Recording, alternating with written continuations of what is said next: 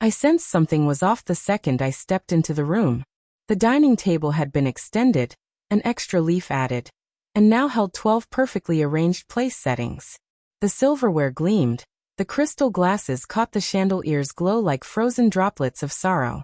My mother greeted me with a practiced smile, all sparkle and sweetness. My father gave a nod, not a warm one, but a firm, cold one that reminded me where I stood. And I did stand there, quietly, until I didn't anymore. "Sweetheart," my mother sang out, too cheerfully, too brightly, "we've got you at the kids' table. You don't mind, right?" The softness of her tone only sharpened the cut. I turned to look. Tucked in the corner, beside a high chair and a tower of wrapped presents, sat a folding table with plastic chairs, paper plates, juice boxes. That was my place. I'm 32 years old. No spouse, no children. Just 2 degrees, my own business, and a silence sharp enough to slice through glass. To them, none of that mattered. Success meant a partner, a stroller, and a chaotic household. My siblings, all married and deep in their noisy lives, were already gathered at the polished mahogany table. Their partners toasted, their kids screeched and played, and I was expected to sit beside them, wedged between sticky fingers and screeching cartoons. I gave a small, composed smile. "Of course," I said. "I don't mind." But I did. Oh, I did. I sat there for 10 minutes. Long enough to hear my brother give a toast that excluded me entirely. Long enough to hear my father talk proudly of his legacy, never once mentioning mine. Then I stood up. No drama, no declarations.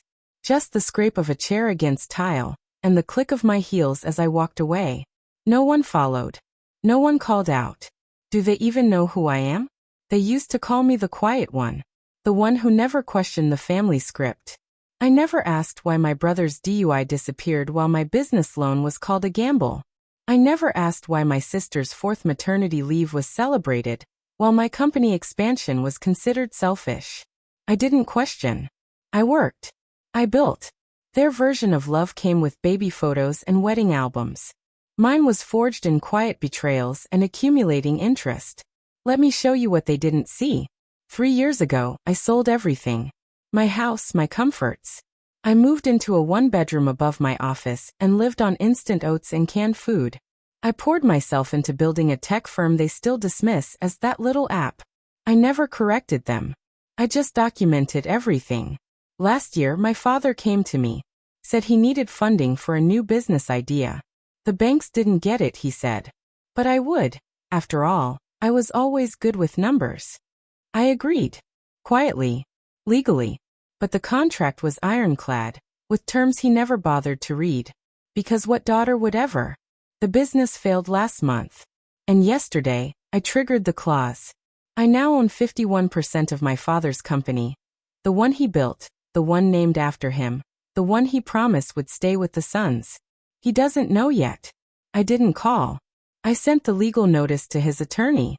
The calls started early. First my mother. "Where are you?" I let it ring. Then another. "You've humiliated your father." Her voice tight with anger. Good. By mid-morning, my siblings were calling too. My brother accused me of being dramatic. My sister said I was being unreasonable. But I stayed silent. And that silence terrified them. Because for the first time, I wasn't the quiet one. That morning, I arrived at my office before sunrise. The city was still asleep. My coffee was still warm. I had a meeting on the calendar. My father didn't know I had scheduled it. He arrived in his usual armor of authority, unaware it no longer fit. He saw the papers. He saw my name. My signature. "What is this?" he barked. "This," I replied calmly, "is control." He tried to argue, raise his voice, assert dominance. I let him. Then I slid the document across the table. The one he signed without reading, the one that gave me everything. "You signed this," I said. "All of it. You gave me the keys." His bluster faded.